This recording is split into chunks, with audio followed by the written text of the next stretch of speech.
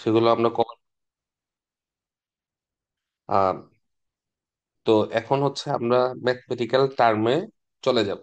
তো আমরা বলছিলাম যে আরসিসি ডিজাইন করার জন্য আমরা দুইটা মেথড ফলো করতে পারি, একটা হচ্ছে ডাব্লিউএসডি আর আরেকটা হচ্ছে USD method, working stress design method আর ultimate strength design method, USD.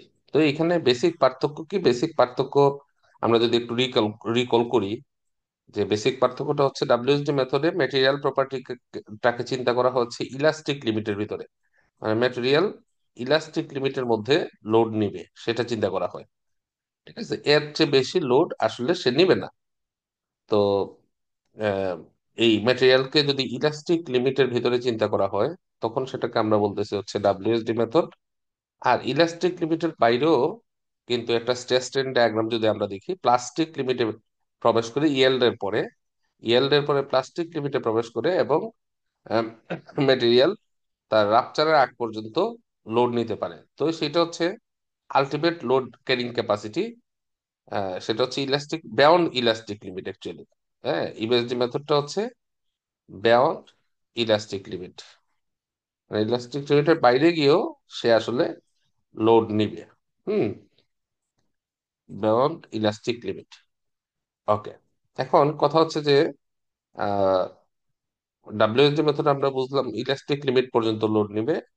তো আমরা একটা ম্যাটেরিয়ালস এর ক্ষেত্রে জানি যে আমি যদি স্টিলের কথা বলি, তো স্টিলের লোড ক্যারিং ক্যাপাসিটিকে যদি আমরা ধরি হচ্ছে Fy ইকুয়াল টু 60 কেএসআই। ঠিক আছে, এটা হচ্ছে তার স্ট্রেস, ইল স্ট্রেস হচ্ছে 60 কেএসআই। ওকে, তো আমরা ডাব্লিউএসডি মেথডে আসলে সে 60 কেএসআই নিতে পারে না। আমরা ধরবো সে আসলে তার অর্ধেক, মানে হচ্ছে 30 কেএসআই পর্যন্ত লোড নিতে পারে। তো আমরা তো অনেকটুকু সেফটি মেনটেন করি। এই সেফটি মেনটেন করার কারণে আমাদের ডাব্লিউএসডি মেথড যেটা আছে, সেটাতে আমরা অ্যাপ্লাইড যে লোডটা আছে, মানে স্ট্রাকচারে যে লোডটা আসবে, একটা তো হচ্ছে আমি যে কোনো একটা স্ট্রাকচারে কি আসবে, এক্সটার্নাল লোড আসবে। এই এক্সটার্নাল লোডকে ব্যালেন্স করবে হচ্ছে ইন্টারনাল ম্যাটেরিয়াল প্রপার্টি, মানে সিমেন্ট এবং কনক্রিট মিলে, ভিতরে যে সিমেন্ট এবং কনক্রিট আছে সেটা মিলিয়ে এই এক্সটার্নাল লোড লোডটাকে ব্যালেন্স করবে। তো এখন ইন্টারনাল যে ম্যাটেরিয়াল আছে যেটা লোডটাকে ব্যালেন্স করবে, সেটাকে যদি আমরা ইলাস্টিক লিমিট পর্যন্ত চিন্তা করি, তাহলে এই যে অ্যাপ্লাইড লোড যেটা আছে সেই অ্যাপ্লাইড লোডকে আমরা আসলে আর সেফটিতে ফ্যাক্টর করার দরকার নেই। শুধুমাত্র ডেড লোড এবং লাইভ লোড যোগ করে আমরা আলটিমেট লোড যেটা আছে সেটা পাবো, টোটাল লোড যেটা আছে সেটা পাবো। তো যেহেতু আমরা মেটেরিয়ালে ফ্যাক্টর করতেছি, মানে মেটেরিয়ালে আমার সেফটি আছে কেমনে, যে ম্যাটেরিয়ালটা আসলে অ্যাকচুয়ালি নিতে পারতো 60 কেএসআই পর্যন্ত লোড নিতে পারে, কিন্তু আমি ধরবো সে নিতে পারে 30 কেএসআই। তো যেহেতু ম্যাটেরিয়ালের ক্ষেত্রে আমরা সেফটি ইউজ করছি, সেই ক্ষেত্রে লোডের ক্ষেত্রে আমরা কোনো ধরনের সেফটি ইউজ করব না। শুধুমাত্র যে লোডগুলো আসছে সেই লোডগুলোর ডেড লোড এবং লাইভ লোড গুলাকে জাস্ট যোগ করে আমি টোটাল লোডটা পাবো এবং সেই লোডের জন্য আমি অ্যানালাইসিস করব। এখন ইউএসডি মেথডে আসলে এটা বেয়ন্ড ইলাস্টিক লিমিট পর্যন্ত, মানে ইলাস্টিক লিমিটের পরেও সে আসলে লোড নেই ইএল পয়েন্ট পর্যন্ত, তারপর হচ্ছে প্লাস্টিক লিমিট পর্যন্ত সে লোড নিয়ে থাকে। তো যেহেতু সে বেয়ন্ড ইলাস্টিক লিমিট ইউএসডি মেথডে আমরা ম্যাটেরিয়াল প্রপার্টি ধরি, এর মানে হচ্ছে আমাদের Fy যদি 60 কেএসআই হয়, মানে স্টিলের ক্ষেত্রে, মানে স্টিল 60 কিপ পার স্কোয়ার ইঞ্চিতে টেনশন নিতে পারে, তাই না? তো Fy যদি 60 কেএসআই হয়, আমি আসলে এখানে 60 কেএসআই ইউজ করব। Fy কে আমি 60 কেএসআই ধরবো, তাহলে সেই ক্ষেত্রে আমার মেটেরিয়ালে কোনো ধরনের ফ্যাক্টর আমরা আসলে ইউজ করলাম না। মেটেরিয়ালে কি করলাম না? আমরা কোনো ধরনের ফ্যাক্টর ইউজ করলাম না। তো ফ্যাক্টর ইউজ না করার কারণে এখানে যেরকম একটা সেফটি আছে মেটেরিয়ালের ক্ষেত্রে, এখানে এই সেফটিটা নাই। মানে সে একেবারে আলটিমেট পর্যন্ত আমরা চিন্তা করতেছি বা ইএল পর্যন্ত চিন্তা করতেছি। এই কারণে এটাকে ফেসিলেট করার জন্য তারা বলছে যে তাহলে যদি, যেহেতু ম্যাটেরিয়ালে আমরা কোনো ধরনের ফ্যাক্টর ইউজ করতেছি না, আমরা কি করি, আমরা হচ্ছে লোডকে ফ্যাক্টর করি, মানে লোডকে একটু বাড়ায় ধরি। হ্যাঁ, যেমন 1.2 ডেড লোড আর 1.6 লাইভ লোড, এটা করে আমরা আসলে আমাদের আলটিমেট লোডটা পাবো। হুম। তখন লোডটাকে আমরা ফ্যাক্টরাইজ করে আমরা কি করি, একটু বাড়ায় ধরি, যাতে কিছুটা সেফটি মেনটেন হয়। হুম। তো লোড বেশি আসলে তো রডও বেশি লাগবে। হ্যাঁ। তো ওই যে অতিরিক্ত যে লোডটা লাগলো, যেটা লোডটাকে বাড়ায় ধরার জন্য, সেগুলা আমাকে কিছুটা সেফটি দিবে আহ একেবারে ফেলিওরের আগ পর্যন্ত। তো এই ছিল বেসিক ডিফারেন্স ডাব্লিউএসডি এবং ইউএসডি মেথডের। আমরা দেখলাম যে একটাতে মেটেরিয়ালটাতে আমরা ধরতেছি হচ্ছে ইলাস্টিক লিমিট পর্যন্ত, আর একটাতে মেটেরিয়ালকে ধরতেছি আমরা ইলাস্টিক লিমিটের রেঞ্জের পরবর্তী রেঞ্জ পর্যন্ত। সেটা ইয়েল্ড হইতে পারে, সেটা প্লাস্টিক রেঞ্জ হইতে পারে। যেমন স্টিলের ক্ষেত্রে আমরা ইয়েল্ড লিমিট পর্যন্ত ধরি, কিন্তু কনক্রিটের ক্ষেত্রে আমরা ম্যাক্সিমাম কম্প্রেসিভ ক্যাপাসিটি বা এফসি প্রাইম যেটা আমরা বলি, সেটা ধরি। মানে সেটা হচ্ছে রাপচারের আগ পর্যন্ত সে আসলে যতটুকু লোড নিতে পারে। সেটা ইয়েল্ড এর পরেও কিন্তু কনক্রিটটাকে হিসাব করা হয়, কনক্রিটটাকে হিসাব করা হয়। ইয়েল্ড এর পরে আমরা যদি স্ট্রেস ডায়াগ্রামটা মনে থাকার কথা, যে আম, এইভাবে যায় ইলাস্টিক লিমিট পর্যন্ত, তারপরে যে এরকম ইয়েল্ড হয়, ইয়েল্ড হয়ে তারপর হচ্ছে এই বাদ বাকি রেঞ্জটুকু হচ্ছে এই যে এই পয়েন্টটা হচ্ছে ইয়েল্ড, ইয়েল্ড পয়েন্ট। তো বাদ বাকি রেঞ্জটুকু হচ্ছে আমাদের প্লাস্টিক রেঞ্জ। ঠিক আছে। এই যে এই রেঞ্জটা হচ্ছে আমাদের প্লাস্টিক রেঞ্জ বা পিআর আমি লিখতেছি, এটা হচ্ছে আমাদের প্লাস্টিক রেঞ্জ। তো আহ, এই প্লাস্টিক রেঞ্জ রেঞ্জ পর্যন্ত আহ, অসে লোডটা নেয়। এইভাবে করে আমরা কনক্রিটকে চিন্তা করি। আর স্টিলকে চিন্তা করি কি, স্টিলকে চিন্তা করি যে সে ইএল পয়েন্ট পর্যন্ত অ্যাকচুয়ালি লোডটা নেয়। তো এইভাবে করে যেহেতু আমরা কনক্রিটের ক্ষেত্রে একেবারে আলটিমেটের দিকে যাচ্ছি, এবং স্টিলের ক্ষেত্রে আমরা ইএল পয়েন্ট পর্যন্ত যাচ্ছি, স্টিল কিন্তু ইএল পয়েন্টের পরেও কিন্তু আরো লোড নেয়, আলটিমেট পয়েন্ট পর্যন্ত লোড নেয়, যেটাকে আমরা বলি হচ্ছে এফ ইউ। ঠিক আছে। এফ ওয়াই এর পরে সে এফ ইউ পর্যন্ত লোড নিয়ে থাকে। এফ ইউ হচ্ছে এখানে রাপচারের আগে আগ পর্যন্ত। তো এটা আসলে স্টিলের ক্ষেত্রে আমরা কনসিডার করি না। আমরা কনসিডার করি স্টিলের ক্ষেত্রে ইএল পর্যন্তই, যে ইএল পয়েন্ট পর্যন্ত সে লোড নিবে সেটাই আসলে কনসিডার করি আর কি আমরা। আচ্ছা, যাই হোক। তো যেটা হয়েছে যে ইউএসডি মেথডে আমরা যেহেতু ম্যাটেরিয়ালকে একেবারে আলটিমেট এবং ইয়েল পর্যন্ত চিন্তা করতেছি, এই কারণে লোডটাকে আমরা একটু বাড়ায় ধরলাম। তো এই বাড়তি লোডের জন্য আমাদের নাম্বার অফ স্টিল এবং না কনক্রিটের এরিয়া বেশি আসবে, সেটা আমার সেফটি হিসেবে কাজ করবে। তো এটা বেসিক ডিফারেন্স ছিল। এখন আমরা প্রথমে হচ্ছে ডাব্লিউএসডি মেথড অনুযায়ী আমরা মোমেন্ট ক্যালকুলেশন কিভাবে করা যায় সেটা আমরা দেখব। পরবর্তীতে আমরা ইউএসডি মেথড অনুযায়ী মোমেন্ট ক্যালকুলেশন কিভাবে করা যায় সেটা আমরা দেখব। আচ্ছা, মোমেন্ট ক্যালকুলেশন বলতে আমি কি বুঝি? প্রথম কথা হচ্ছে যে একটা স্ট্রাকচারে যখন মানে এটা একটা বিম আঁকলাম আমি। হ্যাঁ, বিমে আমার যখন এক্সটার্নাল লোড আসলো, ঠিক আছে, এই যে এক্সটার্নাল লোড আসলো, এটাকে আমরা ডাব্লিউ নাম দিলাম। আমরা সবাই এসএফডি পিএমডি করছি, আমরা জানি যে এইটার কারণে এই স্ট্রাকচারে কি আসে, এই স্ট্রাকচারে আসলে এটার কারণে মোমেন্ট আসে। এটার কারণে কি আসে, এক্সটার্নাল মোমেন্ট আসে, এটাকে বলা হচ্ছে এক্সটার্নাল মোমেন্ট। আমরা শেয়ার ডায়াগ্রাম, মোমেন্ট ডায়াগ্রাম দিয়ে কোথায় ম্যাক্সিমাম মোমেন্ট আসে, কত ম্যাক্সিমাম মোমেন্টের মান, সেটা আমরা বের করতে পারি। এখন এই যে মোমেন্টটা আসলো, এই মোমেন্টটাকে ব্যালেন্স করবে কে? ব্যালেন্স করবে হচ্ছে এই যে বিমটা আছে, এই বিমের ভিতরে যে স্টিল থাকবে এবং কনক্রিট থাকবে, সেই কনক্রিট এবং স্টিল মিলিয়ে ভিতরের দিক থেকে একটা ইন্টারনাল মোমেন্ট প্রডিউস করবে। ভিতরের দিক থেকে কি করবে, একটা ইন্টারনাল মোমেন্ট প্রডিউস করবে। এই ইন্টারনাল মোমেন্ট এক্সটার্নাল মোমেন্টকে ব্যালেন্স করবে। তো আমরা যে কথা বলতেছি যে ম্যাটেরিয়াল প্রপার্টি যে ধরতেছি বা লোড যেটা ধরতেছি, সেটা হচ্ছে এই ইন্টারনাল মোমেন্টের জন্য, যে সে আসলে কতটুকু ইন্টারনাল মোমেন্ট প্রডিউস করতেছে, যেটা কিনা এক্সটার্নাল মোমেন্টকে নিউট্রালাইজ করবে, মানে মাইনাস করে দিবে।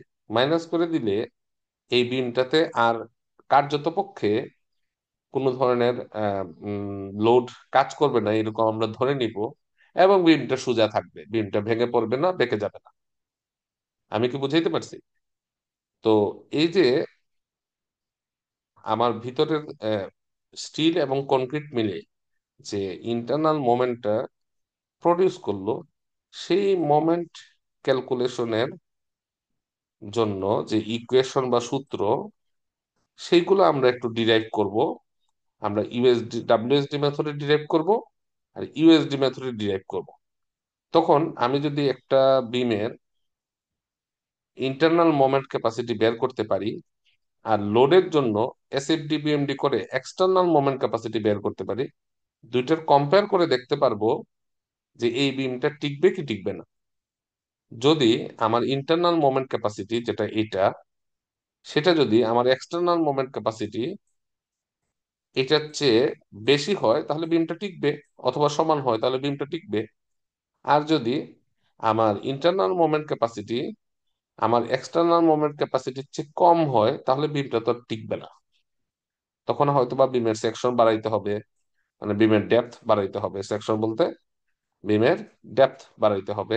অথবা বিমের রিইনফোর্সমেন্ট যেটা আমরা দিছিলাম সেটা আসলে পর্যাপ্ত না, আমাদের আরো কিছু রিইনফোর্সমেন্ট বাড়াইতে হবে ওই এক্সটার্নাল মুভমেন্টকে ব্যালেন্স করার জন্য।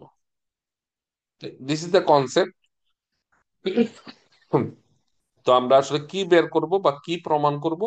আমরা প্রমাণ করব যে এই ইন্টারনাল মোমেন্ট ক্যাপাসিটি যেটা আছে, যেটা কনক্রিট এবং স্টিলের কারণে এই ভিতরের থেকে মেটেরিয়ালের কারণে ভিতরের থেকে একটা মোমেন্ট ক্যাপাসিটি জেনারেট হয়, কতটুকু ম্যাক্সিমাম মোমেন্ট ক্যাপাসিটি সে জেনারেট করতে পারে, সেইটা আমরা প্রমাণ দেখব বা ইকুয়েশন গুলা দেখব।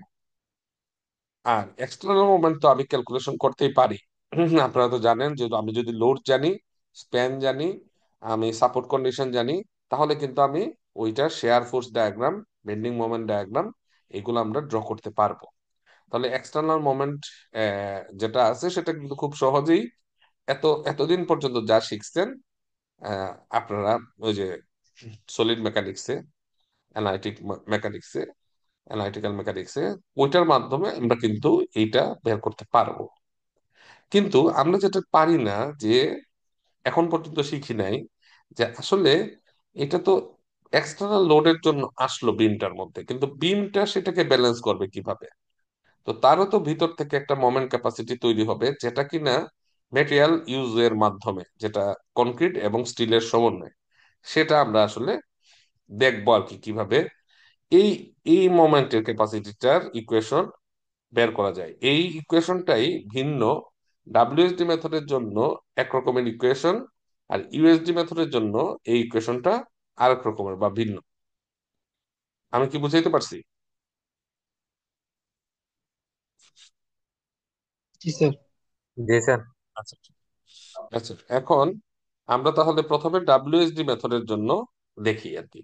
তো ডাব্লিউএসডি মেথডের ক্ষেত্রে আমরা একটা সিম্পল জিনিস এখানে দেখি, যে আমার যদি যে কোনো একটা কলাম, এটাকে একটা কলাম ধরে নিলাম, কলাম মানে হচ্ছে অ্যাকচুয়ালি পিলার, আহ আমরা যেটাকে বলি, সেই কলামে পি লোড কাজ করতেছে।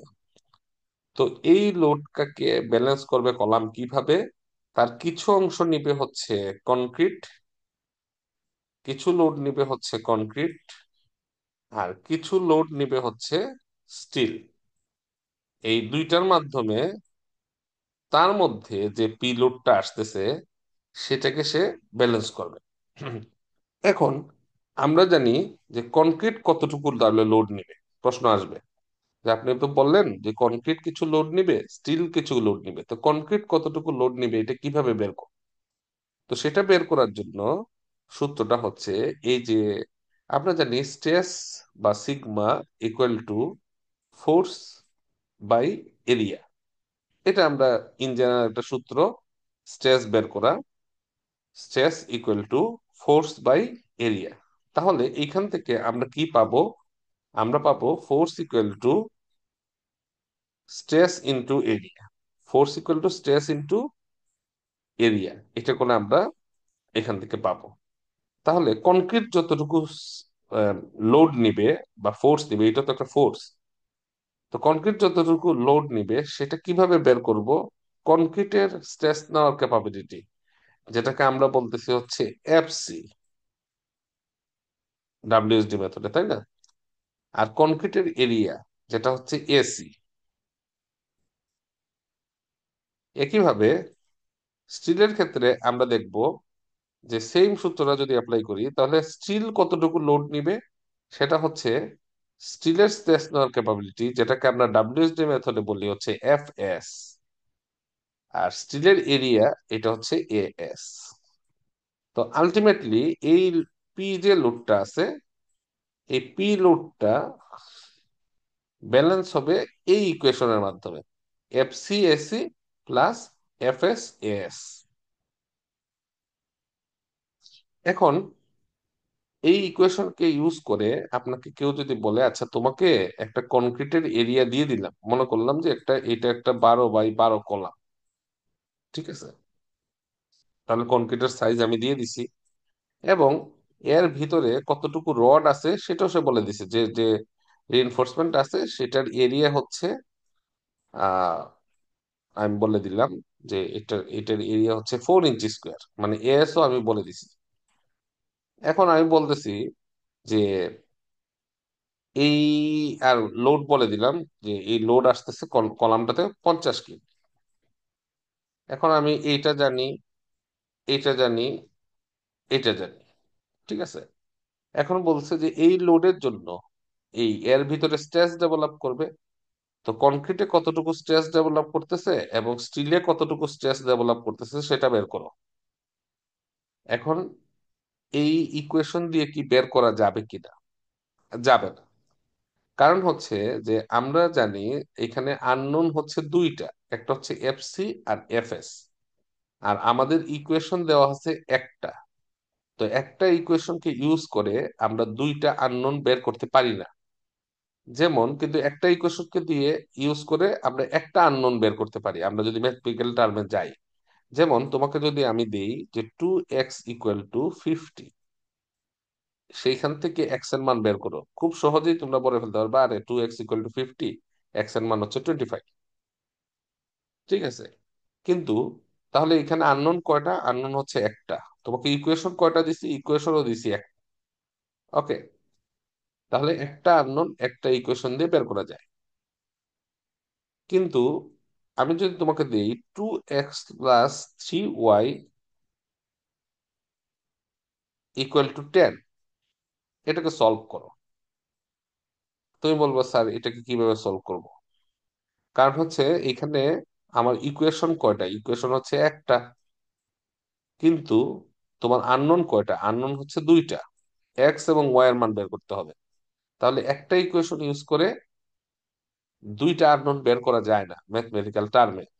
তখন তোমাকে যদি আমি আরেকটা ইকুয়েশন দিয়ে দিই, সাপোজ 3x + 2y = 6, তখন তুমি বলবা যে হ্যাঁ, এখন আমি পারবো, কারণ এখন আমার কাছে দুইটা ইকুয়েশন আছে। আমি যোজন বিযোজন করব, করে আমি এক্স এবং ওয়াই এর মানটা এখান থেকে বের করতে পারবো, তাই না? তারপরে যে কোনো একটা মান বের করে যে কোনো একটা ইকুয়েশন বসাই দিলে অপর মানটা চলে আসবে। তো দেখো যে দুইটা আননোনকে যদি বের করতে হয় তাহলে তোমার দুইটা ইকুয়েশনের দরকার। একটা আননোনকে বের করতে গেলে আমার একটা ইকুয়েশন দিয়েই হয়। এখন আমাদেরটাতে যেটা হয়েছে যে আমরা এফসি এবং এফএস এর মান বের করব, দুইটা আননোন, কিন্তু আমার ইকুয়েশন দেওয়া আছে একটা। তাহলে এইটা বের করা সহজ হবে না। তো এটার জন্য একটা রিলেশন বানাইতে হবে হচ্ছে এফসি আর এফএস এর মধ্যে।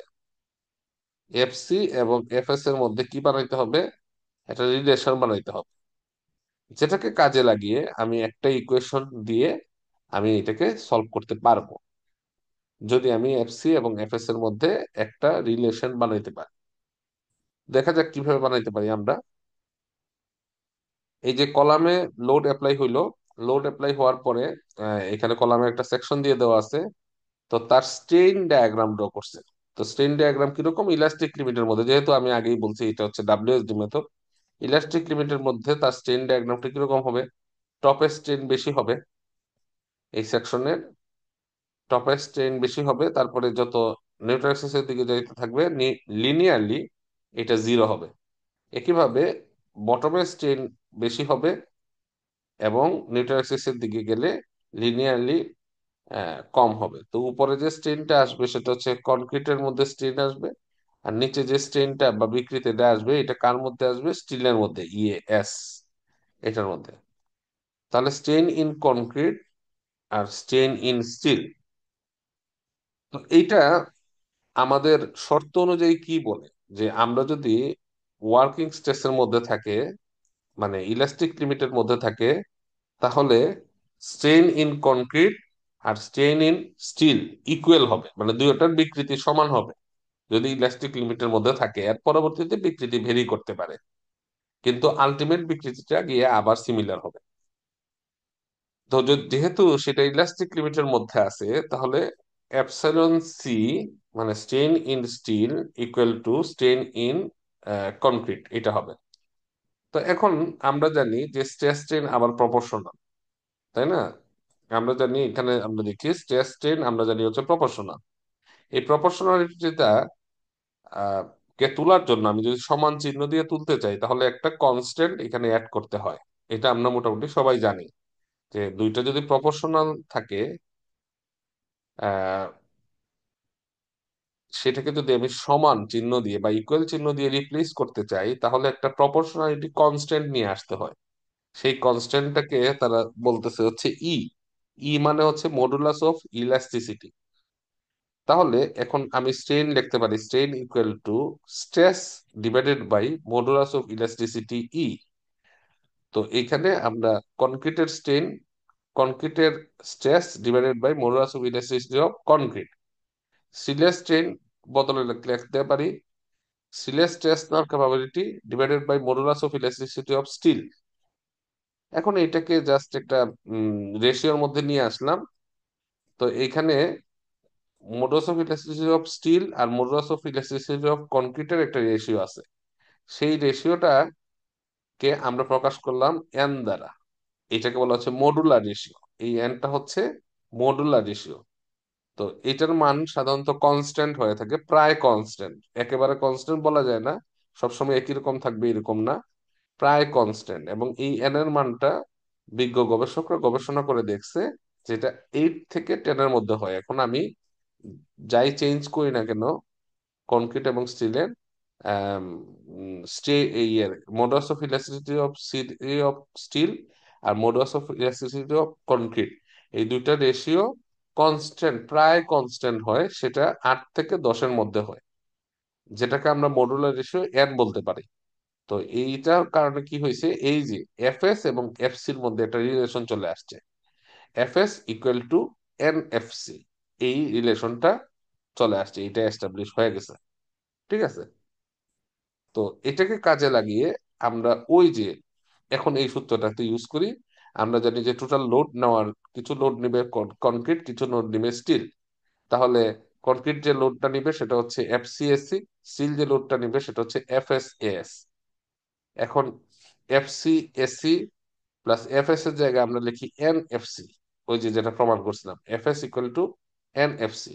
তাহলে এফএস এর জায়গায় এখন আমরা লিখে ফেলি এনএফসি। তারপরে এফসি আমি কমন নিয়ে নিলাম, এখানে AC plus N S. AC হচ্ছে টোটাল, মানে নেট কনক্রিট এরিয়া। হুম। তো নেট কনক্রিট এরিয়া আমরা কিভাবে বের করতে পারি, আমরা গ্রস এরিয়া থেকে স্টিলের এরিয়া বাদ দিতে হবে। মানে এই যে কনক্রিটের এরিয়াটা আছে সেটা হচ্ছে তার গ্রস এরিয়া, এর থেকে স্টিলের এরিয়া বাদ দিলে কনক্রিট কতটুকু এরিয়া দখল করে সেটা পেয়ে যাব। তাহলে সেটাকে আমরা বলতেছি এসি, এটাকে বলা হচ্ছে net area, net concrete area. তাহলে এসির বদলে আমরা লিখতে পারি এজি মাইনাস এস। তাহলে এখানে এজি মাইনাস এস লিখবো একটু, আহ, মানে এপাশ ওপাশ করে এস থেকে, এস গুলা থেকে কমন নিয়ে নিব, নিয়ে এই ইকুয়েশনটা আমরা জেনারেট করতে পারি। তো এটা যে মুখস্থ করতে হবে বা এরকম কিছুই না, এটা ওইভাবে করে আসে আর কি। তা আমরা একটা অঙ্ক করলে আসলে জিনিসটা ক্লিয়ারলি বুঝতে পারবো যে প্রবলেম ওয়ান। তো প্রবলেম ওয়ানে কি বলতেছে, যে একটা কলাম দেওয়া আছে, এটা 10 ইঞ্চি বাই 10 ইঞ্চি, এবং এই কলামটার মধ্যে লোড কাজ কাজ করতেছে হচ্ছে 50 কে। এস স্টিলের এরিয়া দিয়ে দেওয়া আছে 3 ইঞ্চি স্কোয়ার, এটা দিয়ে দেওয়া আছে। আর এন এর মান মডুলার রেশিও এটা 9 দিয়ে দেওয়া আছে। যদি নাও দেওয়া থাকে তাহলে 8 থেকে 10-এর মধ্যে আমরা এসিউম করে নিব। আমি তো আগেই বলছি যে এন এর মান বা মডুলার রেশিও মান 8 থেকে 10-এর মধ্যে হয়ে থাকে। তাহলে আমি 8 থেকে 10-এর মধ্যে এসিউম করে নিব। তো আমি মাঝামাঝি একটা N9 এসিউম করে নিলাম। বলছে যে এই লোডটা অ্যাপ্লাই হওয়ার পরে এই কনক্রিটের ভিতরে এবং স্টিলের ভিতরে যে স্ট্রেস ডেভেলপ করছে সেটা বের করো, মানে হচ্ছে এফসি আর এফএস এর মানটা বের করতে হবে। আচ্ছা, এখন আমরা জানি গ্রস এরিয়া, গ্রস এরিয়া মানে হচ্ছে একেবারে স্টিল সহ কনক্রিটের এরিয়া, 10 10 গুণ করলে আমরা পাই যাবো 100 ইঞ্চি স্কোয়ার। এখন এর মধ্যে কনক্রিটের এরিয়া কত, সেটা হচ্ছে গ্রস এরিয়া থেকে আমি স্টিলের এরিয়া বাদ দিলে কনক্রিটের এরিয়া পাই যাবো নেট এরিয়া। তো গ্রস এরিয়া হচ্ছে আমাদের 100 ইঞ্চি স্কোয়ার, আর এখানে স্টিলের এরিয়া দিয়ে দেওয়া আছে, স্টিলের এরিয়া দিয়ে দেওয়া আছে হচ্ছে কত, 3 ইঞ্চি স্কোয়ার। তাহলে আমাদের কনক্রিটের এরিয়া আমরা বের করে ফেলতে পারবো, গ্রস এরিয়া থেকে স্টিলের এরিয়া বাদ দিলে আমাদের কনক্রিটের এরিয়াটা পেয়ে যাব। এখানে পেয়ে গেলাম কনক্রিট এরিয়া। এখন আমাদের সূত্র যেটা আছে সেটা আমরা ইউজ করি, P equal to F C S C plus F S S. F S এর জায়গায় আমরা বসাবো এন এফ সি। এখন দেখো আমাদের ইকুয়েশন একটা আননোন, একটা আননোন কি, এফ সি। এখন এটাকে সলভ করা যাবে, আমাদের ইকুয়েশন একটা আননোন একটা, তাহলে এটাকে এখন সলভ করা যাবে। তো এখান থেকে আমরা খুব সহজে এফসি এর মান বের করতে পারি। ইউনিট গুলা খেয়াল রাখতে হবে। আহ এটা কিপ পার ইঞ্চি স্কোয়ার মানে কে এস আই, কিপ পার ইঞ্চি স্কোয়ারকে আমরা লিখি হচ্ছে কে এস আই। আর এটাকে পরবর্তীতে পাউন্ড পার ইঞ্চি স্কোয়ারে নেওয়ার জন্য 1000 দিয়ে গুণ করছে, এটা হচ্ছে PSI, pound per square inch. তো এটা এফসি এর মান পাইলাম। এখন এফএস এর মান খুব সহজে বের করা যাবে, কারণ আমরা আগেই বের করে রাখছি যে এফএস এবং এফসি এর মধ্যে একটা সম্পর্ক আছে, FS equal to N FC. তাহলে এফসি যদি আমি জানি, এখানে জাস্ট এন এর মানটা বসাই দিলে আমি এফএস এর মানটা পেয়ে যাব। এইভাবে করে আমি কনক্রিট এবং আহ, উম, ইয়েতে কতটুকু স্ট্রেস জেনারেট হয়েছে এই লোড অ্যাপ্লাই হওয়ার কারণে, সেটা কিন্তু আমরা খুব সহজেই বের করে ফেলতে পারলাম। আমি কি বুঝাইতে পারছি? জি স্যার, জি জি স্যার। স্যার। আচ্ছা, এখন আহ, আমরা একটু ডাব্লিউএসডি মেথডের ওই যে বলছিলাম যে মোমেন্ট ইকুয়েশন ক্যালকুলেশনের দিকে আমরা একটু মনোযোগ দেই। তাহলে ডাব্লিউএসডি মেথডে ওই যে বললাম ইন্টারনাল মোমেন্ট ক্যাপাসিটি কিভাবে আমরা বের করতে পারি, তো এইটার একটা প্রমাণ এখানে দিয়ে দেওয়া আছে। কিভাবে দিয়ে দেওয়া আছে, এই যে দেখো, যে কি বলছে, বলছে যে একটা বিম আছে, এই বিমের উইডথ হচ্ছে বি আর হাইট হচ্ছে এইচ। ঠিক আছে, এখন আমরা জানি যে বিমের ইফেক্টিভ ডেপথ কাকে বলে। ইফেক্টিভ ডেপথ হচ্ছে বিমের যেখানে লোডটা অ্যাপ্লাই হবে সেটাকে আমরা বলি হচ্ছে এক্সট্রিম ফাইবার। কি বলি, এক্সট্রিম ফাইবার। এই এক্সট্রিম ফাইবার থেকে মানে বিমের টপে যেহেতু লোডটা অ্যাপ্লাই হয় তাহলে টপটা হচ্ছে এক্সট্রিম ফাইবার। সেই এক্সট্রিম ফাইবার থেকে রডের সেন্টার পর্যন্ত যে ডিস্টেন্সটা সেটাকে বলা হচ্ছে ইফেক্টিভ ডেপথ ডি।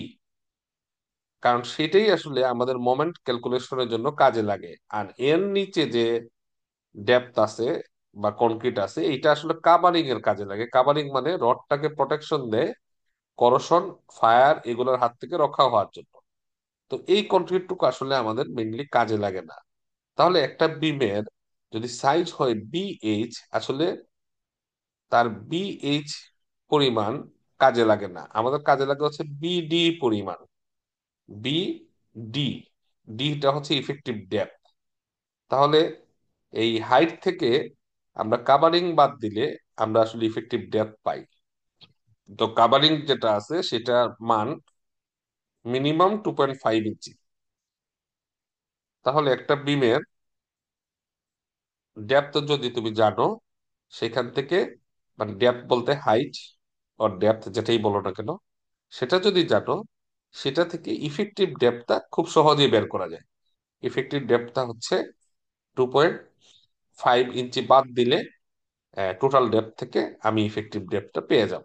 আচ্ছা, এখন হুম এর যেহেতু এটা রেক্টেঙ্গুলার বিম, এর ঠিক মাঝ বরাবর কাজ করবে হচ্ছে নিউট্রাল এক্সিস, এটা আমরা জানি। এর উপরে কম্প্রেশন কনক্রিট নিবে, আর নিচে টেনশনটা কে নিবে? শুধুমাত্র স্টিল নিবে, স্টিল লেভেলে। কনক্রিট নিবে কম্প্রেশন, স্টিল নিবে টেনশন। আচ্ছা, তো এই যে কনক্রিটের যে এরিয়াটা, সেটা তো আমরা খুব সহজেই জানি। এইচ এর টার্মে খুব সহজে বের করতে পারি। নিউট্রাল এক্সিসটা কোথায় অবস্থিত? এইচ এর টার্মে H/2, এই এতটুকু দূরত্ব অবস্থিত। কারণ আমরা জানি রেক্টেঙ্গুলার হইলে তার নিউট্রাল এক্সিস কোথায় অবস্থিত হবে? তার হাইটের অর্ধেক, তাই না? এইচ এর টার্মে আমরা জানি, কিন্তু ইফেক্টিভ ডেপথ ডি এর টার্মে তো সেটা অর্ধেক না, তাই না? একটা অংশ, ডি এর একটা অংশ। এই কারণে এটাকে, এই হাইটটুকুকে আমরা নাম দিছি হচ্ছে কেডি। মানে ডি এর একটা অংশ সে, কিন্তু একেবারে অর্ধেক না। হাইটের হিসাবে গেলে নিউট্রাল এক্সিসটা হচ্ছে হাইটের অর্ধেকে, কিন্তু ইফেক্টিভ ডেপথ ডি এর হিসাবে গেলে সেটা কিন্তু একেবারে অর্ধেকে না। সেটা কিন্তু ইফেক্টিভ ডেপথের একটা অংশ হিসেবে কাজ করে। আমি কি বুঝাইতে পারছি? ওকে, এখন আমরা চলে যাই হচ্ছে এটার স্ট্রেস ডায়াগ্রামে। এখন এখান থেকে আমরা যদি স্ট্রেস ডায়াগ্রামটা ড্র করি, এই যে এরকম, তাহলে ইলাস্টিক লিমিটের মধ্যে স্ট্রেস ডায়াগ্রামটা হচ্ছে অ্যাকচুয়ালি এইরকম। উপরের দিকে কনক্রিট স্ট্রেস দিবে কম্প্রেশন, আর নিচে স্টিল স্ট্রেস দিবে হচ্ছে টেনশন। ঠিক আছে? এখন কনক্রিট স্ট্রেস দিবে কম্প্রেশন, সেটা সব জায়গায় সমান থাকবে না। সেটা হচ্ছে, যেহেতু উপরের দিকে লোড বেশি আসতেছে এবং নিউট্রাল এক্সিস থেকে যত উপরে যাইতে থাকবে, কম্প্রেশনের পরিমাণ বাড়তে থাকবে। এই যে এইখানে আমি যদি বিমটাকে এইভাবে ব্যান্ড হিসেবে দেখাই, এই যে ব্যান্ড হিসেবে দেখাই, তাহলে উপরের দিকটা সবচেয়ে বেশি ব্যান্ড হবে, মানে কম্প্রেশন নিতে হবে। আর নিচের দিকটা টেনশন নিতে হবে বেশি। তো এইখানে কম্প্রেশন যেটা নিতে হবে, সেটার মান হচ্ছে, ম্যাক্সিমামটার মান হচ্ছে এফসি। তারপরে ধীরে ধীরে এটা নিউট্রাল এক্সিস বরাবর কমতেছে। এখন আমি, এটা তো একটা স্ট্রেস, এটা কি একটা স্ট্রেস? এফসি মানে কি? এটা স্ট্রেস। স্ট্রেস মানে কি? Force by area. Force cut করতেছে একটা নির্দিষ্ট এরিয়ায়। এই এরিয়াটা কোনটা? এরিয়াটা হচ্ছে এই বিমের ক্রস সেকশন। এই টোটাল এরিয়া জুড়ে কাজ করতেছে। এই যে এইখানে, এইখানে যদি আমি দেখি, এটা হচ্ছে কম্প্রেশন এরিয়া। এই টোটাল এরিয়া জুড়ে এই এইটা কাজ করতেছে। টোটাল এরিয়া জুড়ে এই জিনিসটা, এইটা কাজ করতেছে, স্ট্রেসটা কাজ করতেছে এইভাবে। এখন আমার কথা হচ্ছে যে এটা স্ট্রেস থেকে আমি ফোর্সে কনভার্ট করে ফেলি, রেজাল্টেন্ট ফোর্স সি, বা কম্প্রেশন ফোর্স সি। এখন আমরা ট্রায়াঙ্গুলার ক্ষেত্রে রেজাল্টেন্ট ফোর্স আমরা বের করতে পারি। রেজাল্টেন্ট ফোর্স কোথায় কাজ করবে? সেটা হচ্ছে FC/2। FC/2, এটা হচ্ছে ট্রায়াঙ্গুলার ক্ষেত্রে আমরা রেজাল্টেন্ট ফোর্সের মান যদি ইয়ে হয়, তাহলে রেজাল্টেন্ট ফোর্সের মান হচ্ছে FC/2, মানে এভারেজে অর্ধেক। মানে এটাকেই যদি আমি এইভাবে আঁকি, এইভাবে আঁকি, তাহলে বুঝতে পারবো যে এভারেজে তার অর্ধেকে কাজ করবে। ঠিক আছে? মানে তার অর্ধেক হবে আর কি টোটাল। তাহলে FC/2, এটা হচ্ছে এভারেজ ফোর্স। তা আমরা জানি force equal to stress into area. তাহলে স্ট্রেস, এভারেজ স্ট্রেস কত পেয়ে গেলাম? FC/2। FC/2 লিখলাম, ইন্টু কোন এরিয়াতে কাজ করতেছে? সে কাজ করতেছে হচ্ছে এই যে, তার উইডথ হচ্ছে বি, আর তার ডেপথ হচ্ছে কেডি। তাহলে আমরা জানি force equal to stress into area. Stress আমি পাইলাম FC/2, আর এরিয়া কোন এরিয়াতে সে কাজ করতেছে, এই কম্প্রেশন ফোর্স কোন এরিয়াতে কাজ করতেছে, B into K D, B into K D. তাহলে এইটা করে আমি রেজাল্টের ফোর্সটা পেয়ে গেলাম। ঠিক আছে, যেটা কনক্রিটের জন্য। এবং সেটা কতটুকু দূরে কাজ করতেছে আমরা জানি যে ট্রায়াঙ্গুলার ফোর্সের ক্ষেত্রে টোটাল ডেপথ যদি হয় কেডি, তার আহ, ভূমি থেকে 1/3, শীর্ষ থেকে 2/3, এটা যদি ট্রায়াঙ্গুলারের শীর্ষ হয়, নিচের জায়গাটা, তাহলে এই নিচ থেকে 2/3, কিন্তু ভূমি থেকে 1/3 দূরে কাজ করবে, তাহলে এই ডিস্টেন্সটা হচ্ছে KD/3। এখন আসি হচ্ছে স্টিল কতটুকু স্ট্রেস নিচ্ছে, এফএস, সেটা স্টিল আমরা জানি যে স্টিল স্ট্রেস নেওয়ার ক্যাপাবিলিটি হচ্ছে এফএস। স্টিলের ফোর্স টি, এটা হচ্ছে কম্প্রেশন ফোর্স সি বের করলাম এর একটু আগে, এখন হচ্ছে আমরা বের করি টি। তাহলে ফোর্স ফোর্স বের করতে গেলে আবারও ওই ওই সূত্রতেই আসতে হয়। স্ট্রেস ইকুয়াল টু আমরা জানি ফোর্স বাই এরিয়া। তাহলে ফোর্স ইকুয়াল টু আমরা লিখতে পারি স্ট্রেস ইনটু এরিয়া। ঠিক আছে, ফোর্স ইকুয়াল টু লিখতে পারি স্ট্রেস ইনটু এরিয়া। তাহলে স্ট্রেস কতটুকু নিচ্ছে স্টিল, সেটা হচ্ছে এফএস। স্টিলের এরিয়া কত, সে এরিয়া হচ্ছে এস। তাহলে টেনশন ফোর্সটা পেয়ে যাব টি। তাহলে টি পেয়ে গেলাম, সি পেয়ে গেলাম। তাহলে আমি কি বুঝতে পারলাম যে এই বিমটার এইটা যদি হাইট হয়, তাহলে এখানে একটা কম্প্রেশন ফোর্স কাজ করতেছে সি, সরি এইদিকে কাজ করবে কম্প্রেশন ফোর্সকে দেখানোর জন্য ভিতরের দিকে এরো চিহ্ন আমরা দেখাবো, বুঝাবো যে কম্প্রেশন। আচ্ছা, আর টেনশন ফোর্স কাজ করতেছে হচ্ছে টি। ঠিক আছে, এখন এদের মধ্যবর্তী দূরত্ব যেটা আছে সেটাকে আমরা বলছি লিভার আর্ম, এদের মধ্যবর্তী দূরত্ব। তো এইটা এইখান থেকে এইখান পর্যন্ত যদি হয় ইফেক্টিভ ডেপথ ডি, এবং উপরের ডিস্টেন্সটা যদি হয় KD/3, তাহলে এই ডিস্টেন্সকে, লিভার আর্মকে আমরা নাম দিলাম হচ্ছে জেডি।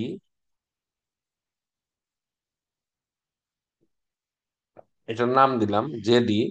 জেডি ইকুয়াল টু আমরা লিখতে পারি D-KD/3, D-KD/3। এখান থেকে দুই পাশ থেকে যদি ডি বাদ দিয়ে দিই, তাহলে জে ইকুয়াল টু আমরা লিখতে পারি 1 - K/3, 1 - K/3। এখন এটাকে জেডও নাম দিতে পারি আমরা, বা জেডিও বলতে পারি, যেটাই ইচ্ছা। জেডও নাম দিতে পারি, জেডিও নাম দিতে পারি, যেটাই ইচ্ছা। আচ্ছা, এখন তার moment capacity, internal moment capacity কেমনে বাইর করবো, এখানে দুইটা ফোর্স আছে, যে কোনো একটা ফোর্সের সাপেক্ষে মোমেন্ট নিব। যে ফোর্সের সাপেক্ষে, মনে করেন এই পয়েন্টের এই ফোর্সের সাপেক্ষে মোমেন্ট নিচ্ছি, তাহলে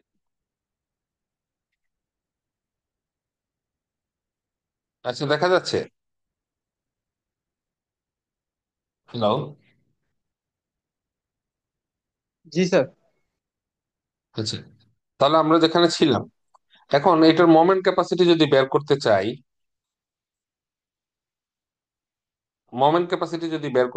তাহলে যে কোনো একটা পয়েন্টের সাপেক্ষে মোমেন্ট নিব। এটা আমরা যদি চিন্তা করি যে এটা একটা ফোর্স, আমরা সিম্পলি, তো আমরা যদি সি এর সাপেক্ষে মোমেন্ট নেই, তাহলে সিটা তো জিরো হয়ে যাবে, কারণ হচ্ছে যে এই ফোর্সের সাথে তার ভার্টিক্যাল ডিস্টেন্স কত, ভার্টিক্যাল ডিস্টেন্স তো জিরো।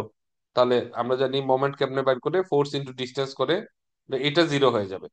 তাহলে আমরা এই মোমেন্ট নিতে পারি এইভাবে C × ZD করে, অথবা আবার এটার সাপেক্ষে যদি মোমেন্ট নেই, আহ, তাহলে হবে C × ZD, আর এটার সাপেক্ষে মোমেন্ট নিলে হবে T × ZD। তাহলে এটার মোমেন্ট ক্যাপাসিটি আমরা দুই ভাবে বের করতে পারি, একটা হচ্ছে C × ZD করে, আর একটা হচ্ছে T × ZD করে। তো T × ZD করলে মোমেন্ট ক্যাপাসিটি ইকুয়েশনটা কি হবে, টি এর মান কত, টি এর মান AS/FS, আর জেডি তো জেডি। তাহলে মোমেন্ট ক্যাপাসিটি ইকুয়েশনটা হবে AS/FS/ZD। আর আমরা যদি C × ZD করি, সি এর মান কত, FC/2 BKD। হ্যাঁ, আর জেডি তো জেডি, ওইটা বসাই দিলে একসাথে করলে আমরা পাবো FC/2 KJBD²। তাহলে WSD মেথডে এই যে রেজিস্টিং মোমেন্ট আমরা কিন্তু এই সূত্র দিয়ে বের করতে পারি, M equal to S F S JD অথবা M equal to F C by two K J B D square. এই দুইটা দিয়ে আমরা কি করতে পারি, মোমেন্ট বের করতে পারি। ঠিক আছে। তো এখন এখানে আসলে সবই জানি, জে এর মান কেমনে পাবো। জে এর মান ওই যে একটু আগে দেখাইছিলাম, জে ডির ইকুয়েশন যেটা, জে এর মান আমরা পাবো 1 - কে/3 করে। এটা করে আমরা জে এর মানটা পাবো। এখন কে এর মানটা আমরা কই থেকে পাবো? এটার জন্য পরবর্তীতে আরেকটা প্রুফ আছে যে কে এর মান n/n+r, সেইটার মাধ্যমে আমাদের কে এর মানটা বের করতে হবে। তো এখানে আমরা দেখি, তো কে এর মানটা তারা বের করছে কিভাবে, স্টেইন ডায়াগ্রাম দিয়ে। সেম জিনিসটাই স্টেইন ডায়াগ্রাম দিয়ে। তো এটা ছিল স্ট্রেস ডায়াগ্রাম, আর এটা হচ্ছে স্ট্রেইন ডায়াগ্রাম। সেম জিনিসটাই যদি আমি স্ট্রেইনের দিকে চিন্তা করি, তাহলে উপরে আসবে কনক্রিটের স্ট্রেইন, আর এই লেভেলে আসবে, যেখানে রড আছে সেই লেভেলে আসবে হচ্ছে স্টিলের স্ট্রেইন। তো নিউট্রাল এক্সিস থেকে এই দূরত্বটা হচ্ছে কেডি, আর এইটা হচ্ছে d - কেডি।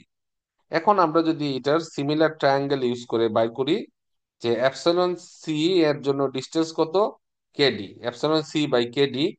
আর এপসাইলন এস যেটা, যেটা হচ্ছে স্টিরেস্টিন, এটার জন্য ডিস্টেন্স কত, d - কেডি। তো সিমিলার ট্রায়াঙ্গেল সূত্র ইউজ করলে আমরা পাই epsilon C by K D, epsilon S by d - K D. এখন নিচেও ডি আছে, এই পাশেও ডি আছে, তাহলে ডি কমন নিয়ে আমরা বাদ দিয়ে দিতে পারি দুই পাশ থেকে। তারপরে এখন আমরা এপসাইলনের জায়গায় এটাকে স্ট্রেস দ্বারা লিখতে পারি। আমরা জানি যে stress equal to modulus of elasticity into strain. তাহলে আমরা স্ট্রেইনের বদলে কি লিখতে পারি, stress divided by modulus of elasticity, এটা লিখতে পারি। ঠিক আছে, stress divided by modulus of elasticity. তো এখানে তাই করছে, এপসাইলন সি এর বদলে লেখছে F C divided by E C, epsilon S এর বদলে লেখছে F S divided by E S. তো এটা করে এপসাইল স্ট্রেস গুলাকে এক পাশে, মডুলাস অফ ইলাস্টিসিটি গুলাকে এক পাশে নিয়ে গেছে। তো দুই স্টিল এবং কনক্রিটের স্ট্রেসের রেশিও কে তারা বলতেছে, এটা নাম দিছে আর। আর ইএস আর ইসি রেশিও, যেটা কিনা কনস্ট্যান্ট, আমরা আগেই জানি, এটাকে নাম দিছে মডুলার রেশিও এন। আর 1 - কে/কে তো আছেই। এখন এটাকে জাস্ট রিঅ্যারেঞ্জ করে কে এর মানটা বের করতে এখান থেকে n/n+r। তাহলে এই সূত্রতে যে কে এটার মান আমি কোথা থেকে পাবো, n/n+r। এই ইকুয়েশন ইউজ করে কে এর মান বের করতে পারবো। তো এন এর মান তো আমরা জানি 8 থেকে 10-এর মধ্যে, আমরা এসিউম করে নিব। আর আর এর মানটা কেমনে বের করব, আর এর মানটা আমরা স্টিলের স্ট্রেস এফএস আর কনক্রিটের স্ট্রেস নেওয়ার ক্যাপাবিলিটি এফসি, এই দুইটা রেশিও করে আর এর মানটা আমরা বের করে ফেলতে পারবো। তাহলে কেউ জানি। এখন জে কেমনে বের করব, ও যে আগে দেখাই দিছিলাম, জে ইকুয়াল টু 1 - কে/3। এইটা করে আমরা জে এর মানটা বের করতে পারবো। ঠিক আছে, ওকে। দেন এই দুইটা ইকুয়েশন ইউজ করে আমি মোমেন্ট, ইন্টারনাল মোমেন্ট ক্যাপাসিটি বের করতে পারবো ডাব্লিউএসডি মেথডে। এখন আমরা একটা অঙ্ক করলে এই জিনিসটা আরো ক্লিয়ার হয়ে যাবে। অঙ্ক করলে জিনিসটা আরো ক্লিয়ার হয়ে যাবে। আমরা একটু অঙ্কতে যাই।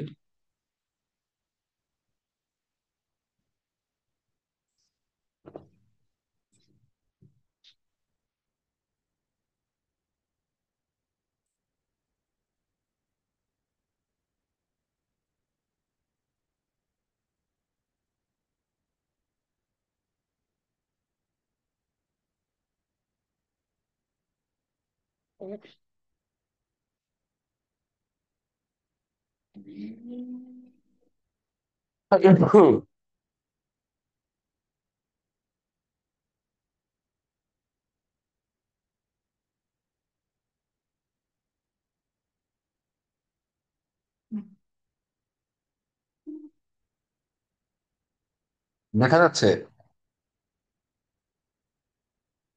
হ্যালো? জি স্যার। জি স্যার, দেখেন। আচ্ছা, এখানে একটা বিম দিয়ে দেওয়া আছে, যে বিমের উইডথ দিয়ে দেওয়া আছে 12 ইঞ্চি, আর বিমের হাইট দিয়ে দেওয়া আছে হচ্ছে 20 ইঞ্চি। ঠিক আছে। আচ্ছা, এখন এই বিমের ভিতরে রড দিয়ে দেওয়া আছে হচ্ছে 4টা 9 নাম্বার বার। কয়টা দিয়ে দিচ্ছে? 4টা 9 নাম্বার বার। আহ এফসি প্রাইম এফ ওয়াই দিয়ে দিছে, এফসি প্রাইম হচ্ছে 4,000, এফ ওয়াই দিয়ে দিচ্ছে হচ্ছে 60,000। বলছে যে এইটার মোমেন্ট ক্যাপাসিটি বাই করো ডাব্লিউএসডি মেথডে, যে প্রবলেম 2। এটার মোমেন্ট ক্যাপাসিটি বাই করো কি মেথডে? ডাব্লিউএসডি মেথডে। তো ডাব্লিউএসডি মেথডে মোমেন্ট ক্যাপাসিটি বের করার জন্য সূত্র হচ্ছে, আমরা জানি দুইটা, একটু আগে প্রমাণ করে আসছি। একটা হচ্ছে এস এফ এস জেডি, আর আরেকটা হচ্ছে FC/2 KJBD²। এই দুইটা ইকুয়েশন ইউজ করে আমরা বের করতে পারি। এখন আপনি বলবেন যে স্যার তাহলে দুইটা দিয়ে মোমেন্ট বের করছেন, আমরা কোনটা নিব? নিব হচ্ছে এই দুইটার মধ্যে যেটা মিনিমাম, সেটা হচ্ছে আমার মোমেন্ট ক্যাপাসিটি হিসেবে আমরা নিব। তাহলে এখানে আমরা দেখি যে এইগুলা বের করতে গেলে আমার কি কি লাগে। এস লাগে, এফএস লাগে, জেডি লাগে, FC/2 KJBD²। হ্যাঁ, এইগুলা, এই মানগুলো আমাকে বের করতে হবে। এর মধ্যে ইম্পর্টেন্ট মনে রাখবেন, কে এবং জে এর মানটা বের করাটা হচ্ছে ইম্পর্টেন্ট। তো আমরা জানি আহ, যে কে এর মান বের করার সূত্র হচ্ছে n/n+r। এন এর মান তো আমরা জানি 8 থেকে 10-এর মধ্যে আমরা এসিউম করতে হয়। আমরা এসিউম করে ফেলছি 8। আপনি 9 এসিউম করতে পারেন, 10 এসিউম করতে পারেন। 8 থেকে 10-এর মধ্যে এসিউম করতে হয়। আর আর এর মানটা বের করার জন্য আমরা জানি যে সূত্র হচ্ছে FS/FC। FS/FC, এইটা করে আমরা আর এর মান বের করি। এখন FS আর FC তো আমার প্রশ্নে দেওয়া নাই। আমার প্রশ্নে দেওয়া আছে হচ্ছে FY আর FC প্রাইম, মানে ম্যাক্সিমামটা। আর FY হচ্ছে ইয়েল স্ট্রেস। FS তাহলে কি হবে? FS হচ্ছে FY/2। আমরা জানি যে ইলাস্টিক লিমিট পর্যন্ত সে কতটুকু লোড নিতে পারে, তার ইয়েল্ড স্ট্রেস নেওয়ার ক্যাপাবিলিটির অর্ধেক, মানে হচ্ছে 60 KSI। এটা হয়ে যাবে 30 KSI। আর এফসির ক্ষেত্রে অর্ধেকের চেয়ে আসলে কম লোড নেয়, মানে 0.4 থেকে 0.5। এফসি প্রাইমকে আমরা 0.4 থেকে 0.5 দ্বারা গুণ করলে আমরা এফসি পাবো। তো আমি দুইটার মাঝামাঝি 0.45 নিয়ে নিলাম। নিয়ে এটা এফসি প্রাইম যেটা আছে এটা 4 KSI দিয়ে দেওয়া আছে, এখান থেকে এফসির মানটা আমরা বের করব। এখন যদি এফসির মান বের করতে পারি, তাহলে আর এর মান বের করতে পারবো, R = FS/FC। FS/FC করে আর এর মান বের করে ফেললাম। এন এর মান আমি জানি, বসাই দিলে কে এর মান চলে আসলো। কে এর মান যদি জানি, তাহলে জে এর মান বের করতে পারবো, J = 1 - K/3। কে এর মান জানলে জে এর মান বের করতে পারবো। বের হয়ে গেল। এখন আমাদের কি কি বের করলাম? FS, FC, আর কে, জে সব বের করে ফেললাম। আর তার আগে আমরা এসটা বের করতে হবে। এস এস হচ্ছে এই যে 4টা স্টিল বারের এরিয়া। এসটা কি? 4টা স্টিল বারের এরিয়া, সেটা হচ্ছে এস। তো 4টা স্টিল বারের এরিয়া আমরা কিভাবে বের করব? এটা যদি আমরা দেখি, যে ফোন নাম্বার 9 বার দিছে, নাম্বার দিয়ে যদি কোনো বার থাকে, তাহলে তার ডায়ামিটার হবে হচ্ছে, ডায়ামিটার হবে ওই বার ডিভাইডেড বাই 8। নাম্বার 9 বার, তার ডায়ামিটার হচ্ছে 9/8। যদি নাম্বার 6 বার দেওয়া থাকতো, তার ডায়ামিটার কত হইতো? 6/8। ঠিক আছে। যদি নাম্বার 5 বার দেওয়া থাকতো, তার ডায়ামিটার কত হইতো? 5/8। তাহলে এখন আমি ডায়ামিটার জানি ইঞ্চি আর কি, এগুলা ইঞ্চিতে। ঠিক আছে। আচ্ছা, এখন আমাকে বলছে 4টা 9 নাম্বার বার। তো 9 নাম্বার বারের ডায়ামিটার আমি জানলাম 9/8। এখন তার এরিয়া বের করতে হবে আমাকে। কি বের করতে হবে? স্টিলের এরিয়া, এস, এটা বের করতে হবে। আচ্ছা, এখন এটার এরিয়া কত সেটা আমরা কেমনে বের করব? আমরা জানি যে এটা সার্কেল, এই কারণে তার এরিয়া হচ্ছে π/4 D²।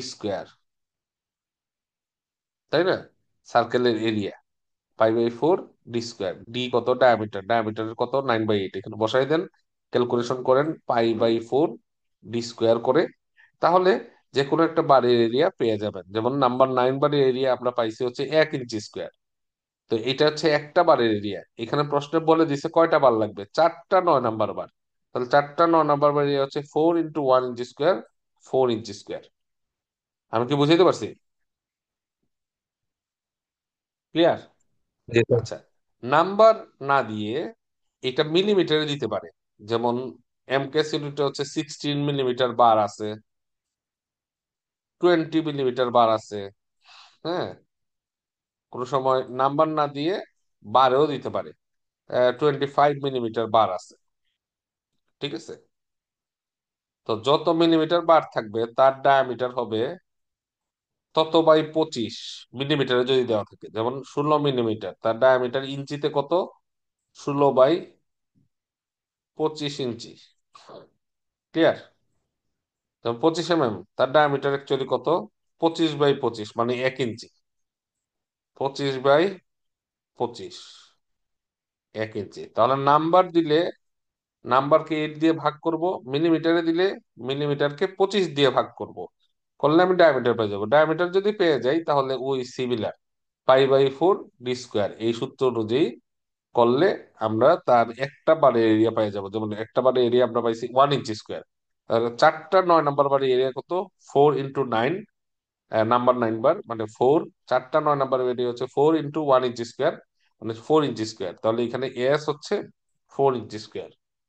আর টোটাল হাইট দিয়ে দেওয়া আছে 20 ইঞ্চি, তাহলে তার ইফেক্টিভ ডেপথ কত হবে, হাইট থেকে কভারিং বাদ যাবে, কভারিং কত, 2.5 ইঞ্চি, 2.5 ইঞ্চি বাদ গেলে তার ইফেক্টিভ ডেপথ হবে 17.5 ইঞ্চি।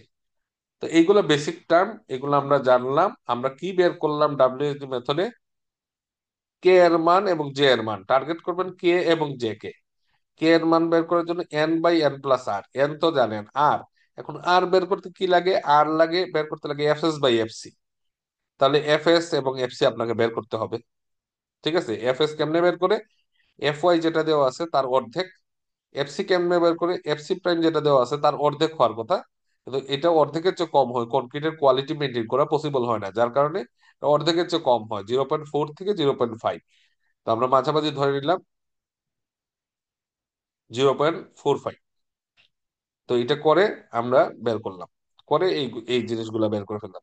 এখন আসেন মোমেন্টের সূত্রে। তাহলে তার মোমেন্ট ক্যারিং ক্যাপাসিটি কত, ওই বিমটার, যে বিমের অলরেডি রড দিয়ে দেওয়া আছে এবং সাইজও বলে দেওয়া আছে, মানে বিমটা অলরেডি ডিজাইন হয়ে গেছে।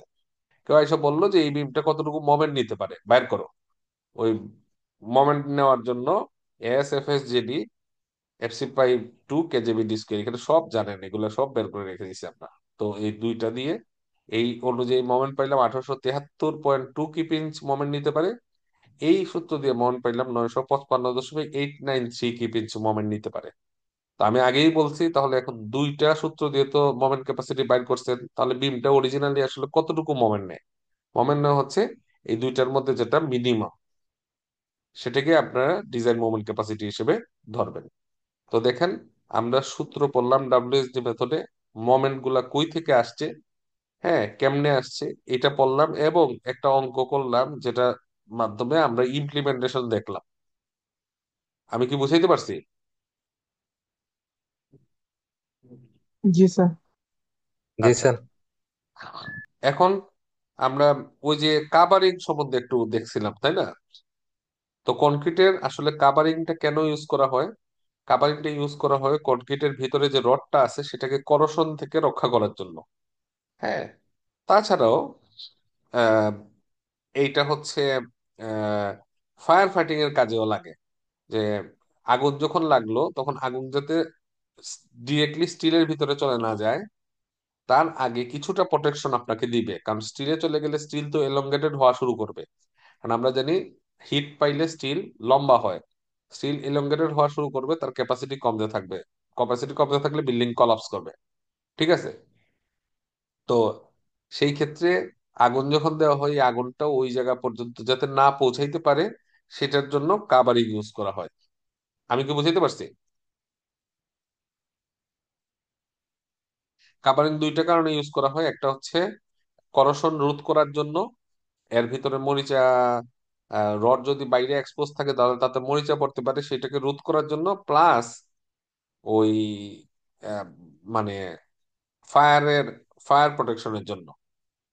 তো বিমের ক্ষেত্রে দুইটা কথা আছে, একটা হচ্ছে কাভারিং আর একটা হচ্ছে ক্লিয়ার কভার। কাভারিং হচ্ছে রডের সেন্টার থেকে, আমি একটু বড় করে আঁকি, মনে করলাম এটা হচ্ছে বিম আর এটা হচ্ছে রড, ঠিক আছে? এটা হচ্ছে রিং। হ্যাঁ, কাভারিংটা অ্যাকচুয়ালি কি? কাভারিংটা হচ্ছে রডের সেন্টার থেকে এবার বিমের আউট পর্যন্ত যে ডিস্টেন্স, সেটা হচ্ছে কাভারিং। ওকে। আর ক্লিয়ার কভার, নাম থেকে বোঝা যাচ্ছে ক্লিয়ার কভার হচ্ছে রড বাদ দিয়ে যেটা আমরা ব্লক ইউজ করি, ব্লকের সাইজটা, রড বাদ দিয়ে যে ডিস্টেন্সটুকু আছে সেটা, এটাকে আমরা বলি হচ্ছে ক্লিয়ার কভার। আর রডের সেন্টার থেকে ডিস্টেন্স যদি হিসেব করা হয়, তখন সেটাকে আমরা বলি হচ্ছে কাভারিং। আমি কি বুঝাইতে পারছি? একটা হচ্ছে কাভারিং, একটা হচ্ছে ক্লিয়ার কভার। তো এইখানে আমরা দেখতে পাচ্ছি যে বিমের ক্ষেত্রে আমরা সাধারণত কাভারিং ইউজ করি 2.5 ইঞ্চি, চারপাশে চারপাশে 2.5 ইঞ্চি ইউজ করি। আর ক্লিয়ার কভার হচ্ছে 1.5 ইঞ্চি। স্ল্যাবের ক্ষেত্রে আমরা কাভারিং ইউজ করি হচ্ছে 1 ইঞ্চি। হ্যাঁ, এই কাভারিং বাদ দিলেই তো, থিকনেস থেকে কাভারিং বাদ দিলে ইফেক্টিভ ডেপথ পেয়ে যাব। এখানেও হাইট থেকে কাভারিং বাদ দিলে ইফেক্টিভ ডেপথ, ক্লিয়ার কভার না কিন্তু কাভারিং। আচ্ছা। আর ক্লিয়ার কভার ছাদের ক্ষেত্রে আমরা ইউজ করি হচ্ছে 0.75 ইঞ্চি। কলামের জন্য এই বিমের মতোই কাভারিং ইউজ করা হচ্ছে 2.5 ইঞ্চি, আর ক্লিয়ার কভার ইউজ করা হচ্ছে 1.5 ইঞ্চি। ফাউন্ডেশনের জন্য আমাদের সাধারণত কাভারিং ইউজ করা হচ্ছে 3 ইঞ্চি থেকে 3.5 ইঞ্চি, আর ক্লিয়ার কভার ইউজ করা হচ্ছে 2.5 ইঞ্চি থেকে 3 ইঞ্চি। এটা হচ্ছে ফাউন্ডেশনের জন্য। এটা একটু কাভারিং সম্বন্ধে একটু জেনে রাখলেন, কারণ হচ্ছে আরসিসি ডিজাইনের ক্ষেত্রে আমরা তো ইফেক্টিভ ডেপথ বের করার জন্য কাভারিং জানাটা দরকার। আমি কি বুঝাইতে পারছি?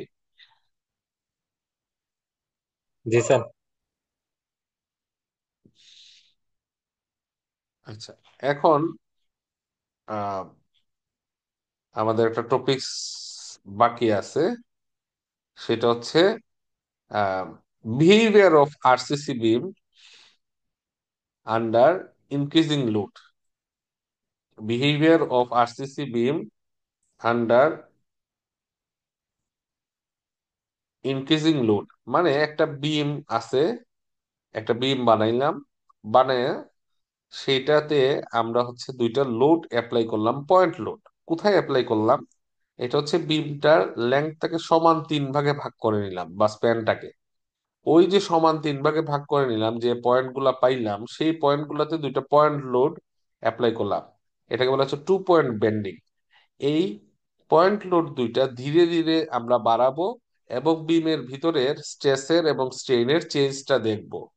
তো এটাকেই বলা হচ্ছে behaviour of RCC beam under increasing load. মানে একসাথে দেখবো না, আমরা ধীরে ধীরে লোডটা বাড়াবো এবং তার বিহেভিয়ারে কি ধরনের চেঞ্জেস আসে সেটা আমরা দেখব। এটা বিজ্ঞ গবেষকরা গবেষণা করে এটা দেখছে, এবং সব ধরনের বিমকেই যদি আমরা টেস্ট করি এইভাবে আন্ডার বেন্ডিং এ, মানে ফ্লেক্সার বেন্ডিং যাহা তাহাকেই আমরা বলি হচ্ছে ফ্লেক্সার, হ্যাঁ, ইঞ্জিনিয়ারিং ভাষায়। তো এটাকে আবার বলি হচ্ছে বেন্ডিং। তো এখানে বেন্ডিং এর বিহেভিয়ার বোঝার জন্য আমরা দুইটা পয়েন্ট লোড অ্যাপ্লাই করলাম একটা বিমের উপরে, এবং ধীরে ধীরে এই লোডটা বাড়াইলাম, বাড়ায় দেখলাম যে তার বিহেভিয়ারে কি ধরনের চেঞ্জেস আসে। তো আমরা কি কি দেখছি সেটা বলি। তো প্রথমে হচ্ছে স্টেজ 1, আমরা লোডটা অল্প পরিমাণে দিলাম, যেটা ইলাস্টিক লিমিটের ভিতরে আছে। হ্যাঁ, স্ট্রেসটা কি আছে? ইলাস্টিক লিমিটে, এমন লোড অ্যাপ্লাই করলাম যেখানে স্ট্রেসটা ইলাস্টিক লিমিটের ভিতরে আছে। তখন কি কি শর্ত হয়? সেটা হচ্ছে ইলাস্টিক লিমিটের ভিতরে থাকলে কনক্রিটের ম্যাক্সিমাম স্ট্রেসের অর্ধেক হবে, সিরিয়াস স্ট্রেস তার ইএল স্ট্রেসের অর্ধেকের চেয়ে কম হবে, আর কনক্রিটও কিছু টেনশন নিতে পারে এফ টি প্রাইম, সেটা কনক্রিটে যে টেনশন আসতেছে সেটার চেয়ে কনক্রিটের টেনশন নেওয়ার ক্যাপাসিটি বেশি থাকবে, সেটা হচ্ছে ল স্টেজে কম হবে। তো এইটা হচ্ছে ঘটনা, হচ্ছে উপরের দিকে টোটাল কম্প্রেশনটা নিচ্ছে হচ্ছে কনক্রিট, নিচের দিকে কম্প্রেশনটা নিচ্ছে হচ্ছে স্টিল, এই টেনশনটা নিচ্ছে হচ্ছে স্টিল এবং কি যেন কনক্রিট। কনক্রিট কিছু কম্প্রেশন টেনশন নেয়, এটাকে আমরা বলি হচ্ছে Ft প্রাইম, যেটার জন্য এই ট্রায়াঙ্গুলার ছবিটা আসছে। আর স্টিল কিছু টেনশন নেয়, এটাকে আমরা বলতেছি হচ্ছে মানে স্ট্রেসটাকে বলতেছি হচ্ছে Fs, টেনশনকে তো আমরা টি বলি। তো এটা হচ্ছে এইটা, এই ডায়াগ্রাম দিয়ে আমরা বুঝলাম। এখন বলতেছে যে এরপরে আস্তে আস্তে ধীরে ধীরে আরেকটু লোড বাড়িলাম, তাহলে দেখি ডায়াগ্রামে কি চেঞ্জেস আছে। আরেকটু যখন লোড বাড়াইলাম, তখনও এটাও ইলাস্টিক লিমিটের মধ্যেই আছে, আমরা ধরে নিলাম মডারেট লোড। কিন্তু এইখানে নিচের দিকে আমি বলছিলাম যে কনক্রিট কিছু টেনশন নেই, এখন আর কনক্রিট টেনশন নিবে না। যার কারণে এই যে ডায়াগ্রামটা আপনি দেখতেছেন নিচের দিকে ট্রায়াঙ্গুলার, এই ট্রায়াঙ্গুলারটা গায়েব হয়ে যাবে। গায়েব হয়ে এখানে টোটাল স্ট্রেসটুকুই নিবে কে? স্টিল। এখানে যে রডটা আছে, নিচের দিকে রডটা আছে, সেই আসলে টোটাল স্ট্রেসটুকু নিবে। তো এখানে FC smaller than Fc prime by 2, Fs smaller than Fy by 2, এই দুইটা তো ঠিক আছে। কিন্তু কনক্রিটের মধ্যে যে টেনশন স্ট্রেস ডেভেলপ করতেছে এইটা, কনক্রিট যে ম্যাক্সিমাম টেনশন স্ট্রেস নিতে পারে সেটার চেয়ে বেশি হয়ে গেছে। বেশি হয়ে যাওয়ার কারণে এইখানে আর এই ডায়াগ্রামটা দেখা যাচ্ছে না। আমি কি বুঝাইতে পারছি? মানে তখন আর কনক্রিট টেনশনের ক্ষেত্রে অকেজো হয়ে গেছে। আচ্ছা, এখন নিয়ার টু আলটিমেট লোড, ধীরে ধীরে যখন আমরা নিয়ার টু আলটিমেট লোডে আসলাম, তখন কিন্তু সে ইলাস্টিক লিমিট ক্রস করে গেছে। ইলাস্টিক লিমিট ক্রস করে গেলে এই ডায়াগ্রামটা লিনিয়ার থাকবে না, এটা হয়ে যাবে হচ্ছে এরকম প্যারাবোলিক। স্ট্রেস স্ট্রেইন আর প্রপোর্শনাল থাকবে না, এই ডায়াগ্রামটা কি হয়ে যাবে? এরকম প্যারাবোলিক হয়ে যাবে। আমি কি বুঝাইতে পারছি? ডায়াগ্রামটা হয়ে যাবে এরকম প্যারাবোলিক নিউট্রাল এক্সিসের ক্ষেত্রে। এবং তখন তার মধ্যে যে স্ট্রেস ডেভেলপ করবে সেটা নিয়ার অ্যাবাউট Fc প্রাইম, মানে আলটিমেট স্ট্রেসের সমান। স্টিলের মধ্যে যে স্ট্রেস ডেভেলপ করবে এটা নিয়ার অ্যাবাউট Fy, যেহেতু সে ইলাস্টিক লিমিট ক্রস করে গেছে, এবং তার ডায়াগ্রামটা হবে এইরকম। আমি কি বুঝাইতে পারছি? তাহলে আমরা তিনটা স্টেজ দেখলাম। একটা হচ্ছে ইলাস্টিক লিমিটের মধ্যে দুইটা স্টেজ, একটা লো লোডে যেখানে কনক্রিট কিছু টেনশন নিচ্ছে, আর এটা হচ্ছে মডারেট লোডে যেখানে নিচের কনক্রিট কোনো টেনশন নিবে না, কনক্রিট কম্প্রেশন নিবে আর স্টিল নিবে হচ্ছে টেনশন। ক্লিয়ার? তারপরে দেখলাম আমরা আলটিমেট লোডের স্ট্রেস ডায়াগ্রামটা কিরকম হবে, তখন আর লিনিয়ার থাকবে না, তখন এটা হয়ে যাবে হচ্ছে প্যারাবোলিক। প্যারাবোলিক হয়ে যাবে ডায়াগ্রামটা। তখন স্ট্রেস ডায়াগ্রামটা, স্ট্রেস ক্যালকুলেশন করাটাও এত ইজি হবে না, এটা প্যারাবোলিক হয়ে গেছে। তো এই হচ্ছে ঘটনা আর কি। তো যদি আসে যে behaviour of RCC beam under increasing load, মানে অল্প অল্প করে যদি লোড বাড়াই এবং আরসিসি বিমের ভিতরে স্ট্রেসের বিহেভিয়ারে কি ধরনের চেঞ্জেস আসে, সেটা যদি দেখতে চাই তাহলে আমরা এটার মাধ্যমে দেখতে পারবো। আমি কি বুঝাইতে পারছি?